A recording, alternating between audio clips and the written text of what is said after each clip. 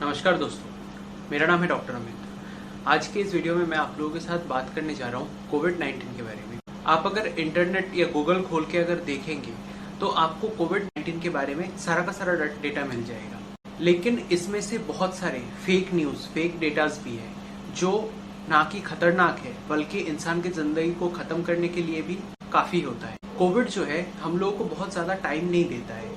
दवाई स्टार्ट करने पे या सिम्टम्स को समझने में अगर थोड़ा सा भी लेट हो जाता है तो ये बीमारी अपना ग्रेड माइल्ड से लेके मॉडरेट होके सीवियर तक बदल सकता है। चंद मिनटों के गैप में भी इंसान वेंटिलेटर में जा सकता है। तो कोविड के बीमारी को समझने के लिए इसके सिम्टम्स को समझना थोड़ा सा जरूरी है ताकि आप जल्द से जल्द उसका दवाई वगैरह या फिर उसके लिए नेसेसरी स्टेप्स ले सकें। तो चलिए आज के इस वीडियो में समझते हैं कोविड के सिम्टम्स को, कैसे ये शुरू होता है, कैसे ये प्रोग्रेस करता है, उसके लिए हर एक प्रोग्रेशन के लिए कैसे कैसे हम लोगों को उसका इलाज करना होता है। कोविड का बीमारी आज के दिन में ऐसा है कि ये कम्युनिटी में स्प्रेड हो चुका है। घर बैठे बैठे भी लोग पॉजिटिव होते जा रहे हैं। तो ऐसे टाइम में आपको आरटीपीसीआर टेस्ट से ज्यादा आपको खुद के सिम्टम्स में ज्यादा बिलीव करने का जरूरत है। बहुत ऐसे पेशेंट्स होते हैं जो आरटीपीसीआर नेगेटिव होते हैं, वो लोग समझते हैं कि हम लोग नेगेटिव है तो वो लोग कोविड का दवाई नहीं लेते हैं और फिर उसके वजह से कोविड का जो बीमारी है वो धीरे धीरे सीवियरिटी अपना चेंज करता है और फिर इंसान जो कि कुछ दवाई की वजह से वो जिंदा हो सकता था वो धीरे धीरे वेंटिलेटर होके मौत के मुंह में ढल जाते हैं। तो क्या है ये सारे सिम्टम्स जो आपको बताएगा कि आप कोविड के शिकार हो चुके हैं। इनमें से सबसे ज्यादा इम्पोर्टेंट जो है, अगर आपके घर पे कोई पॉजिटिव है, अगर आप किसी सस्पेक्ट पॉजिटिव केस के संपर्क में आए हो तो आपको आने वाले 5 से 7 दिन के बीच में कुछ भी अगर सिम्टम्स आते हैं जैसे कि सर्दी, खांसी, नाक में गंध नहीं होना, मुंह में स्वाद नहीं होना, डायरिया हो जाना, आंख लाल हो जाती, ये सब अगर सिम्टम्स आते हैं तो जरूर से कोविड के टेस्ट के पीछे भागने से पहले आप अपना कोविड का दवाई शुरू करो, अपने डॉक्टर से बात करो, उनको पूरा हिस्ट्री दो। ठीक है, ये बहुत ज्यादा इंपॉर्टेंट चीज होता है। पेशेंट्स आते हैं, हम लोगों को बोलते हैं कि सर्दी खांसी हमारा है तो फिर देखिए उसको सर्दी खांसी का दवाई दे दिए। ठीक है, तो ये चीज मत करो। आप उनको पूरा हिस्ट्री दो, प्रॉपर हिस्ट्री दो कि मेरे घर पे इतने सारे लोग हैं, इनमें से इतने लोग पॉजिटिव हो गए, या फिर मैं यहाँ गया था, यहाँ पे मैं किसी पॉजिटिव इंसान के संपर्क में आया था। ये पूरा हिस्ट्री दो। ये जानलेवा बीमारी है, इसको आप केमिस्ट के पास जाके आप 2-4 दवाई लेके इसको आप कंट्रोल नहीं कर सकते हो आज के दिन में, क्योंकि इसका सीवियरिटी इतना ज्यादा बढ़ गया है। ये सबसे ज्यादा इम्पोर्टेंट चीज है ये कोविड को समझने के लिए। इसके आगे का जो है वो है कि सर्दी खांसी, हर एक सर्दी खांसी कोविड नहीं होता है, इसके साथ आपको एसोसिएटेड सिम्टम्स कुछ चाहिए। तो अगर आपको सर्दी खांसी हो गया है, पैनिक ना करके अपने आप को थोड़ा सा आइसोलेट करो, थोड़ा सा दवाई वगैरह लो, जैसे कि आप मल्टीविटामिन वगैरह लो, थोड़ा सा एंटी एलर्जिक लो, उसका प्रॉपर प्रोटेक्शन करो। अगर आपको उसके साथ बुखार आ रहा है तो पैरासीटामोल वगैरह लो। पहले ही दिन से आप उस केस में, अगर आपका कोई सस्पेक्टेड कुछ नहीं है, अगर आप घर बैठे रहते हो, अगर आपको इन केस इसके बाद फीवर आया है तो फिर आपको फर्स्ट डे से स्टेरॉयड, आपको फर्स्ट डे से कोविड का दवाई शुरू करने का जरूरत नहीं है। Even for first 1 to 2 days antibiotic का भी जरूरत नहीं होता है। आपको एक चीज समझना बहुत जरूरी है कि कोविड में एंटीबायोटिक का बहुत ज्यादा रोल नहीं है। एंटीबायोटिक हम लोग जो देते हैं वो हम लोग देते हैं सेकेंडरी इन्फेक्शन को रोकने के लिए। एंटीबायोटिक वायरस को नहीं मारता है, वो बैक्टीरिया को मारता है। ये चीज समझना बहुत ज्यादा जरूरी है कि एंटीबायोटिक जो है उसको एक्स्ट्रा कोई उसको इन्फेक्शन ना हो जाए, या फिर जब स्टेरॉयड देते हैं इंसान को तो फिर सुपर इन्फेक्शन कुछ ना हो जाए, क्योंकि आप स्टेरॉयड जब देते हो आपका इम्यूनिटी एकदम डाउन हो जाता है। ठीक है, तो उस टाइम पे आपको और कोई बैक्टीरिया जैसे हो गया स्टैफ ऑरियस हो गया या फिर टाइफी हो गया, टाइफाइड हो गया, ये सब का बॉडी में इन्फेक्शन होने का चांस बहुत ज्यादा है।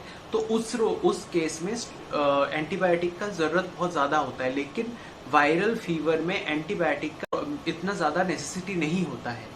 ये चीज को थोड़ा सा समझो। फर्स्ट डे से आप एंटीबायोटिक को शुरू मत करो, क्योंकि एंटीबायोटिक का ओवर यूज नहीं करना है, एब्यूज उसका नहीं करना है। It's just meant for use, not for abuse. दोनों में बहुत ज्यादा डिफरेंस है। बाद में अगर आपको कभी आपका ब्लड टेस्ट का रिपोर्ट अगर थोड़ा क्रिटिकल हो जाता है, सपोज आपका टीएलसी काउंट, अब ये काउंट्स भी थोड़ा सा बताएंगे थोड़ा सा बाद में कि काउंट्स क्या होते हैं। तो आपका अगर सपोज टीएलसी इन्फेक्शन का मात्रा अगर ज्यादा दिखाता है तो फिर उस टाइम में आप क्या एंटीबायोटिक यूज करोगे? पहले ही से आपको गोली नहीं दागना है।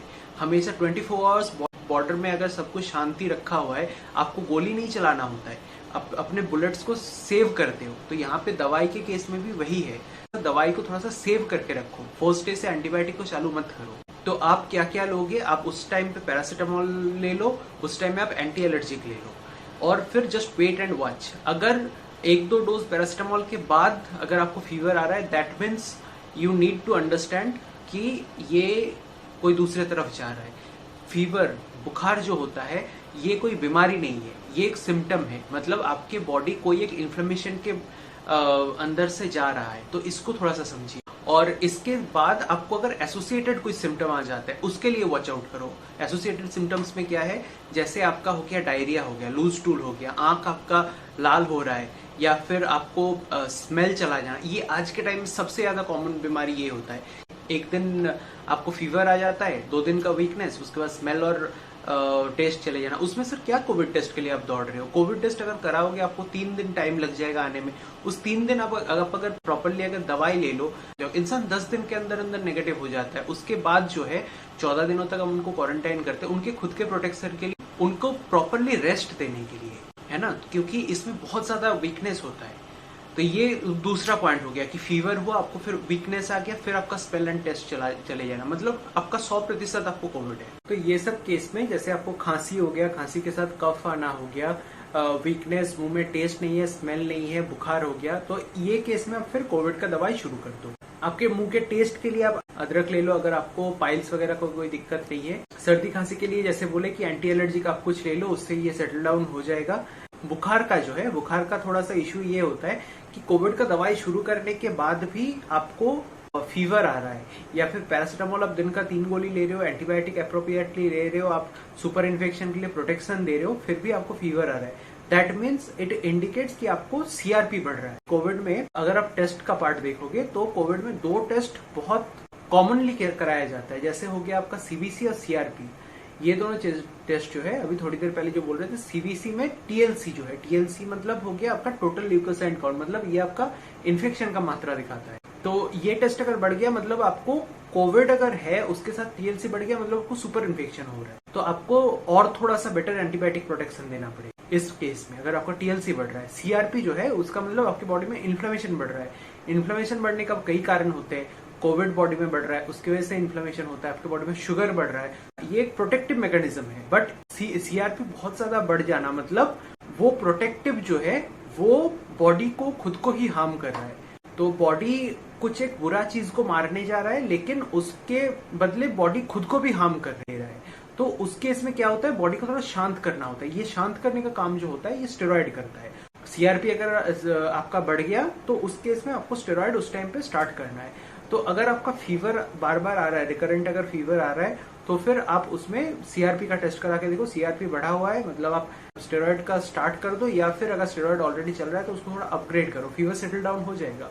फीवर कोई बीमारी नहीं है ना, फीवर तो एक सिम्टम है। जैसे हम आपको बोले कि फीवर एक तरीका है बताने का शरीर को बाहर से आपकी बॉडी के अंदर कुछ चल रहा है, उसके लिए आप टेक केयर करो। फीवर आना मतलब वो जंग लड़ रहा है अंदर से, तो स्टेरॉइड देख के आप उसको थोड़ा सा शांत करने का कोशिश करते हो। ये हो गया स्टेरॉइड का पार्ट कोविड में। स्टेरॉइड को ओवर यूज नहीं करना होता है, एब्यूज नहीं करना होता है। इस टाइम पे आप अगर देखोगे ये पूरा का पूरा जो एक गेम अभी चढ़ा हुआ है, मार्केटिंग ये गिमिक बोलेंगे कि आयुर्वेदिक बेटर है या फिर एलोपैथिक बेटर है, मेडिसिन बेटर है। इस टाइम में तो मार्केटिंग करना सही नहीं है ना। कौन बेटर है इसको लेके आप क्या जिंदगी के साथ खिलवाड़ कर रहे हो? क्या मिल जाएगा आप जान के बदले पैसा कमा के? कुछ नहीं मिलेगा ना। तो फिर उसके बाद अगर दिन में 3-4 बारी का पैरासीटामोल दे रहे हो दिन का, उसमें भी फीवर कंट्रोल नहीं आ रहा है, तो आपको थोड़ा सा ऑल्टरनेट फिर सोचना पड़ेगा। तो आप उस टाइम पे टाइफाइड वगैरह का टेस्ट करा के देख लो कि अगर बॉडी में टाइफाइड का भी सुपर इन्फेक्शन हो रहा है तो उसके लिए आपको एक्स्ट्रा प्रोटेक्शन देना। ये सब हो गया। डी टाइमर वगैरह आप टेस्ट कर, डी टाइमर जो होता है वो खून कितना गाढ़ा हुआ है ये दिखाता है। तो उस टाइम में फिर कोविड में जैसे होता है कि आपका खून थोड़ा सा गाढ़ा हो जाता है, तो इस वजह से एंटीकोगुलेंट देना होता है ताकि क्लॉट्स ना बन जाए। क्लॉट्स बनता है तो ब्रेन में जाके वो स्ट्रोक कर सकता है। उसके लिए आपको डी डाइमर कराना होता है, IL-6 कराना होता है। IL-6 क्या होता है कि बॉडी ये जो सीआरपी वाला जो बोले कि इन्फ्लेमेशन का मात्रा अगर बहुत ज्यादा बढ़ जाता है तो बॉडी के अंदर स्टॉर्म शुरू हो जाता है, तूफान शुरू हो जाता है। उसको शांत करने के लिए फिर और मेजर दवाई देना होता है, वो आप घर पे रख के नहीं दे सकते हो। IL-6 आपका अगर बहुत ज्यादा बढ़ गया तो इसका मतलब पेशेंट को आपको आईसीयू में भर्ती करना हो। ये हो गया कि ये सारा मार्कर है, आपको सीवियरिटी मार्कर हो गया। लेकिन डिजीज कैसे प्रोग्रेस कर रहा है, आप जो ट्रीटमेंट जो कर रहे हो वो आपको रिस्पॉन्स कैसा दे रहा है, उसका मिरर है CBC CRP। ये दोनों टेस्ट करा लो, 200 रुपए के अंदर आपका टेस्ट भी हो जाएगा, पेशेंट के पॉकेट से भी आपका उतना पैसा नहीं जाएगा, आपका इलाज भी हो जाएगा। और इसके साथ फिर आप वॉच आउट करो और एक सिम्टम के लिए जो है शॉर्टनेस ऑफ ब्रेथ, मतलब अचानक से पेशेंट का सांस का कष्ट शुरू हो जाना, सांस नहीं ले पा रहे, सांस फूलना। इस टाइम में पेशेंट पार्टी का मतलब जो पेशेंट खुद तो उस टाइम कुछ नहीं कर सकता। अगर आपको सांस लेने में दिक्कत हो रहा है तो माइंड को आप उतना कूल नहीं रख सकते हो। अगर मुझे अभी सांस लेने में दिक्कत शुरू हो जाता है तो I just try to breathe more, उस चक्कर में हम हाइपर वेंटिलेट करेंगे। हाइपर वेंटिलेट मतलब जरूरत से ज्यादा हम ब्रीथ करने का कोशिश करेंगे, तो वो चीज भी बॉडी के लिए हार्मफुल होता है। उस टाइम आपको क्या करना है, आपको उल्टा लेटना है, वो आप खुद नहीं कर सकते। पार्टी को थोड़ा काम डाउन रहना है। किसी को अगर बीमारी हो रखा है मतलब उनका पिलर थोड़ा सा वीक हुआ है, फैमिली वाले जो है वो बाकी के पिलर अगर स्ट्रांग रहता है ना, ये वीक पिलर नहीं गिरेगा। लेकिन सारे के सारे पिलर अगर एक साथ वीक हो जाता है, अगर सब अगर टूट जाते हैं मन से कि क्या करे, पैनिक अगर कर जाते उस टाइम, लेकिन वीक पिलर बचाना मुश्किल हो जाता है। इसीलिए अगर कोई बहुत किसी को अगर ज्यादा अगर कोमॉर्बिडिटी है, बेड नहीं मिला है उनको हॉस्पिटल में, क्योंकि ये भी एक अलग क्राइसिस चल रहा है इस टाइम पे कि आपको हॉस्पिटल में बेड नहीं मिल रहा है। इसके लिए बोलते हैं कि आपको अगर ये एसोसिएटेड COPD वगैरह अगर रह जाता है तो उस केस में हम लोग बोलते हैं कि घर पे एक इनहेलर का आप अरेंजमेंट करके रखो। 300-400 रुपए का आता है, यूज नहीं होगा तो क्या होगा, अगर आप रिटर्न कर सकते हो रिटर्न कर दिए, लेकिन 200-300 रुपए में अगर ये किसी का आपको जान बचा सकता है। आपको आधा घंटा 40 मिनट टाइम मिल जाएगा शायद ऑक्सीजन अरेंज करने के लिए, एक बेड ढूंढने के लिए। इसका आप इंतजाम करके रखो। और एक आपको जो टेस्ट आपको करना है घर बैठे उसके लिए कर सकते हो, कोई खर्चा नहीं लगता, कॉस्ट एब्सोल्युटली 0 रुपीज। वो है कि आपका 6 मिनट टेस्ट, मतलब आप आजकल तो ये टेक का टाइम है, देखो कि अगर आपके पास फिटनेस बैंड वगैरह कुछ है उसको आप लगा लो और फिर 6 मिनट आप घर पे अगर जगह है तो फिर वहां पे वॉक कर लो, या तो फिर आप छत वगैरह में चले जाओ, जब कोई लोग नहीं, अर्ली मॉर्निंग आप चले जाओ वहां पे, या फिर शाम के टाइम, रात के टाइम, कभी भी एक बार चले जाओ और जाके आप 6 मिनट तक वॉक करो। और फिर उसके बाद आप उसको नोट कर लो कि पहला दिन आप कितना कर पाए। आप 3-4 दिन बाद आप एक बार करके देखो कि आपको उस टाइम आप कितना कर पा रहे हो, और इससे आपको फिर पता चल जाए कि आपका वो 6 मिनट वाला जो टेस्ट है वो इम्प्रूव कर रहा है या फिर वो डिक्रीज कर रहा है। तो अगर इम्प्रूव कर रहा है मतलब यू आर इम्प्रूविंग। अगर वो चीज अगर पहले दिन आपको था कि आप 400 चल पा रहे हो, लेकिन 400 मीटर अगर आप चल लिए, और अगर आपको फिर दूसरे दिन तीसरे दिन आपको ऐसा हो गया कि आप 150 ही चल पा रहे हो, फिर आपको सांस लेने में दिक्कत शुरू हो रहा है, मतलब कुछ गड़बड़ चल रहा है, तो उसके लिए थोड़ा सा वॉच आउट करो आप। अगर आपके पास फिटनेस बैंड नहीं है तो फिर एक मतलब कोई अप्रोक्सीमेट कुछ एक जगह ले लो, कोई एक उसका आप कितना चक्कर लगा लिए है ना, ऐसे करके आप एक टेंटेटिव कुछ लगा लो। सपोज आप 50 मीटर का कोई जगह देखे, उसका अगर आप 6 राउंड लगा पाए, मतलब पहले दिन आप 300 चल पाए, 5-6 30 होता है तो आप 300 चल पाए। दूसरे दिन अगर आप उसका अगर 8 चला जाता है तो 400 हो गया, अगर वही अगर 4 आ जाता है तो 200 हो जाता है। तो इस टाइप से आप उसको थोड़ा सा आइडिया लगा सकते हो कि आपका बॉडी के अंदर क्या चल रहा है। तो ये हो गया आपका डे टू डे चेकिंग। हर 2 घंटे में आपको ऑक्सीजन को चेक करते रहना है। तो SpO2 जो मॉनिटर होता है उससे। कोविड में एक चीज होता है जिसको कहते हैं हैप्पी हाइपोक्सिया। हैप्पी हाइपोक्सिया मतलब हैप्पी मतलब खुश, हाइपोक्सिया मतलब ऑक्सीजन कम हो जाना। तो ऑक्सीजन इधर कम हो रहा है तो आप खुश नहीं हो रहे हो, लेकिन आप नॉर्मल रह रहे हो। तो अगर आपको ऑक्सीजन का अगर कमी होता है तो बॉडी में आपका क्या होता है कि आपको सांस लेने में दिक्कत शुरू होता है। लेकिन कोविड यह होता है कि आपको अगर ऑक्सीजन बॉडी में कम भी होते जा रहे हैं, आपको बाहर से पता नहीं चलेगा, सडनली पेशेंट एकदम अनकॉन्शियस हो जाएगा, बेहोश हो जाएगा। तो उसको काउंटर करने के लिए आप उनका ऑक्सीजन देखते रहो। अगर 90-92 के पास अगर जा रहा है मतलब दिक्कत है, उनको स्टेरॉइड देकर ऑक्सीजन का इंतजाम करो। ऑक्सीजन का रिप्लेसमेंट बस ऑक्सीजन है। ऑक्सीजन को आप स्टेरॉइड देकर नहीं रख सकते हो लंबे समय तक। ऐसा नहीं करना है कि अभी उनका 78 था, स्टेरॉइड उनको दे दिए तो 92 चला गया, ये चीज नहीं करना है। वो आपको थोड़ा सा टाइम बाई करके दे रहा है कि जो आपको सपोर्टिव जो है, जैसे आपको ऑक्सीजन वगैरह हो गया, उसका अरेंजमेंट करो, एक बेड का आप इंतजाम करो। और एक चीज है कि आपका शुगर, अगर आपको स्टेरॉइड के अंडर में हो तो आपको शुगर आपको डे टू डे थोड़ा सा जांच कराना है कितनी बार आप लैब जाओगे? तो उससे बेटर है कि एक शुगर चेक करने का एक मशीन खरीद लो। कुछ रेगुलर सिम्टम्स जो आपको समझना है, जैसे कि हो गया आपको सर दर्द। कोविड में बहुत लोगों को होता है कि सर दर्द हो रहा है, तो उस टाइम पे आप एक काम करो कि उनका पहले बीपी चेक करो। बीपी चेक करके अगर उनका बीपी अगर लोअर साइड में है, सपोज उनका बीपी अगर 90/70 है, आपको कहीं पे बेड वगैरह नहीं मिल रहा है, आप पैनिक मत करो। आप उनको एक काम करो, थोड़ा सा 1 गिलास पानी में नमक डालो, आधा चम्मच, उसको घोल के आप उनको दे दो। बॉडी में नमक जाएगा, बॉडी पानी होल्ड करेगा। नमक के साथ पानी जाता है, जहां नमक बॉडी में रहा वहां पे पानी होल्ड करेगा। जैसे आप प्रेशर के लिए बोलते हो कि नमक कम खाओ, नमक क्यों कम खाओ? नमक अगर कम खाओगे बॉडी पानी होल्ड नहीं करेगा, पानी कम होल्ड करेगा, आपके बॉडी में प्रेशर नहीं बढ़ेगा। यही फंडा होता है। अगर आपके टैंक में अगर सपोज 1000 लीटर पानी रहता है, उसमें अगर आप 1500 लीटर पानी चढ़ा दो तो क्या होगा? वो फट जाएगा। तो कोविड में एक लो प्रेशर का दिक्कत रह जाता है, क्योंकि आपको ये डायरिया, लूज टूल वगैरह जो भी हो रहा है, या फिर आपको अगर फीवर आ रहा है, तो उस वजह से बॉडी में जो वीकनेस आता है उसकी वजह से प्रेशर बहुत टाइम फॉल कर जाता है। तो इस वजह से सरदर्द होता है। तो सरदर्द को क्योर करने के लिए आप ½ टीस्पून उसमें 2 ग्राम के आसपास होगा, घर पे जो नॉर्मल जो सॉल्ट होता है उसको मिला के दिन में 2 से 3 बार करके दे दो। लेकिन मेक श्योर करो कि आप बीपी को चेक करते रहो, बीपी लिमिट से ज्यादा ना चले जाए। ये चीज को आप टेक केयर करते रहो। अब हम बात करते हैं खांसी के बारे में। तो खांसी जो है, इसका मैकेनिज्म बहुत सिंपल है।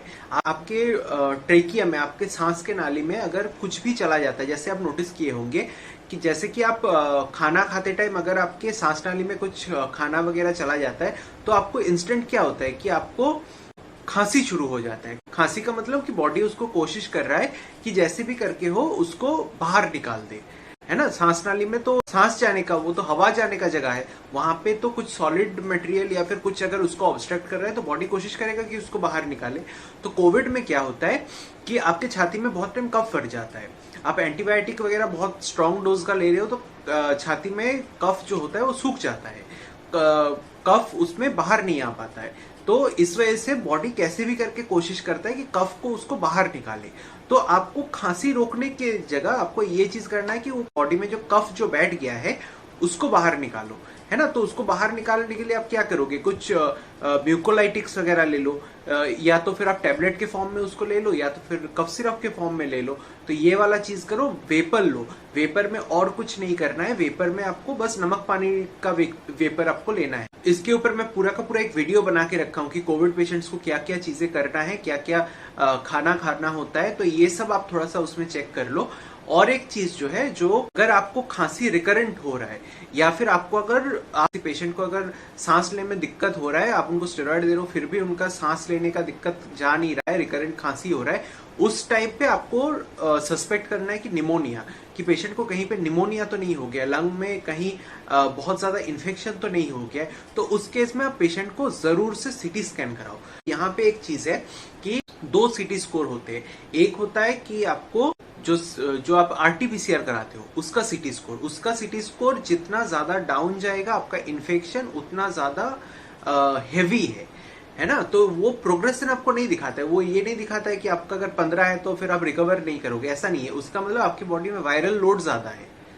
तो ये हो गया कि आपका आरटीपीसीआर का सिटी स्कोर। और फिर सीटी स्कैन से आपको जो स्कोर मिलता है उसका ये है कि उसका 25 स्कोर, मैक्सिमम 25 होता है, ठीक है। तो उसमें ऐसा है कि आप अपने लंग का अगर 25 टुकड़ा कर दो, 25 अगर पीस कर दो, उसमें से कितना ज्यादा लंग इफेक्टेड है। तो सिंपल भाषा में कि लंग जितना ज्यादा उसमें इफेक्टेड होगा उसका स्कोर उतना ज्यादा होगा। मतलब आपका ये स्कोर जितना ज्यादा होगा आपका इन्फेक्शन का मात्रा उतना ज्यादा है। तो फिर अगर किसी पेशेंट का अगर ये सीटी स्कैन का अगर स्कोर है वो अगर बढ़ता जा रहा है, मतलब उनको एंटीबायोटिक को थोड़ा अपग्रेड करो। अगर आप उनको टैबलेट में दे रहे हो तो उनको वेन में देने का जरूरत है, क्योंकि वेन का जो होता है वो आपका बहुत जल्दी से काम करता है, बहुत इफेक्टिव तरीके से वो काम करता है। तो ये हो गया सीटी स्कैन का। अब बार बार तो आप सीटी स्कैन नहीं कर सकते हो, क्योंकि सीटी स्कैन का एक नंबर वो कॉस्टली होता है, दूसरा है कि उसका रेडिएशन भी बॉडी के लिए काफी हार्मफुल होता है। तो सीटी स्कैन एक बार करा लो, उसके बाद फिर आप वो 6 मिनट टेस्ट जो है उस टाइम पे आप 6 मिनट टेस्ट से उसका थोड़ा सा आइडिया लगा लो कि ये प्रोग्रेस कर रहा है या फिर ये डिटोरिएट कर रहा है। 6 मिनट टेस्ट करते टाइम आप अपने साथ इनहेलर को रखो, है ना। तो अगर सडनली आपको करते हुए एक्सर्शन करते हुए आपको अगर दिक्कत अगर शुरू हो जाता है, जैसे जैसे आपको सांस लेने में दिक्कत शुरू हो गया, तो फिर उस टाइम आप स्टेरॉइड थोड़ा सा लो, बैठो, रेस्ट करो, थोड़ा गर्म पानी का भाप लो, उल्टा होके लेटो, that will be all right, वो सेटल डाउन हो जाएगा। और अगर ऐसे रिकरेंट अगर हो रहा है तो घर पे आप एटलीस्ट, आपको बेड अगर नहीं मिल रहा है, घर पे आप एक ऑक्सीजन का इंतजाम करके रखो। तो ये सब चीजें करो। अब और एक चीज है वीकनेस का काउंटर करने का सबसे बेस्ट तरीका ये, देखो वीकनेस तो कोविड में होगा, आपके पूरे बॉडी को, पूरे इम्यून सिस्टम को वो एकदम झिझोड़ के रख देता है। तो कुछ भी करो, आपको वीकनेस, आपको बॉडी एक तो होगा ही, मसल टूटता है अंदर से, कोविड जब होता है अंदर से आपका मसल टूटता रहता है, तो इस वजह से आपको मसल को रिपेयर करने में ज्यादा ध्यान देना है। तो मसल को रिपेयर करेगा कौन? Amino acid. एमिनो एसिड किससे मिलेगा? प्रोटीन से। सिंपल सा चीज है कि आप प्रोटीन को हाई रखो, शुगर को लो रखो। शुगर को लो रखोगे, इन्फ्लेमेशन कम होगा। ये कोविड में सब, मतलब one of the major factor होता है कि आप अपने शुगर को कितना ज्यादा बेटर तरीके से आप कंट्रोल कर रहे हो। तो इसके लिए आप मेरा डाइट वाला वीडियो देखो, उसमें मैं बहुत डिटेल्स में समझाया हूँ कि आपको क्या क्या खाना है, कैसे कैसे क्या क्या खाना है, ये सब आप थोड़ा उसमें से बेटर तरीके से समझ पाओगे।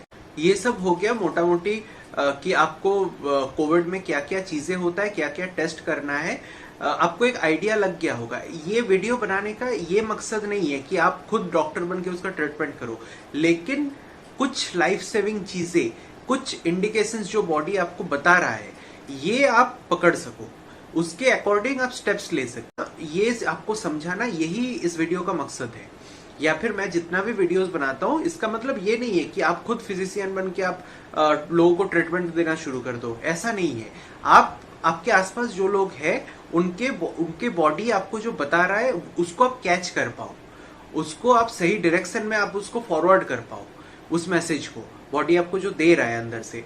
तो ये सब हो गया, इस पे थोड़ा सा ध्यान रखो। अब देखो 100-200 पेशेंट को हर दिन कंसल्ट करने के बाद बहुत ज्यादा दिक्कत होता है कि ऐसे एक वीडियो बनाने में, इसको बनाओ, फिर उसको एडिट करो, उसको यूट्यूब में लोड करो, बहुत टाइम लगता है, बहुत मेहनत लग जाता है। तो क्योंकि लोगों को जागरूक करना ही बस मेरे वीडियो का एकमात्र मकसद है। अगर 1-2 लोगों का भी अगर इससे हेल्प हो जाता है, अगर 1-2 लोगों का भी अगर इससे ज्यादा जान बच जाता है, तो उससे ज्यादा क्या चाहिए होगा, है ना। ये शेयर करने में तो आपको कुछ जा नहीं रहा है, ब्लेसिंग से मिलेगा आपको। किसी का अगर 2 सांसें अगर एक्स्ट्रा बच जाए आपकी वजह से, इससे ज्यादा ब्लेसिंग इस टाइम में कुछ नहीं हो सकता है। तो ये वीडियो उसको शेयर करो। ये वीडियो थोड़ा लंबा हो गया, इसके आगे वाला जो वीडियो है, जो सेकंड पार्ट होगा, उस पर हम डिस्कस करेंगे लॉन्ग टर्म इफेक्ट। जैसे आपको कोविड हुआ, आपको कोविड ठीक हो गया, तो इसके बाद आपके बॉडी में क्या क्या दिक्कतें रह सकते हैं और उसको हम लोग कैसे मैनेज करेंगे, किसको लेके पैनिक करना है, किसको लेके नहीं करना है, कब हमको कोई टेस्ट कराना है, कब नहीं कराना है, ये सब हम आने वाले वीडियोस पे देखेंगे। और ऐसे ही बहुत सारे और इन्फॉर्मेशन के लिए जुड़े रहिए इस चैनल के साथ। Thank you.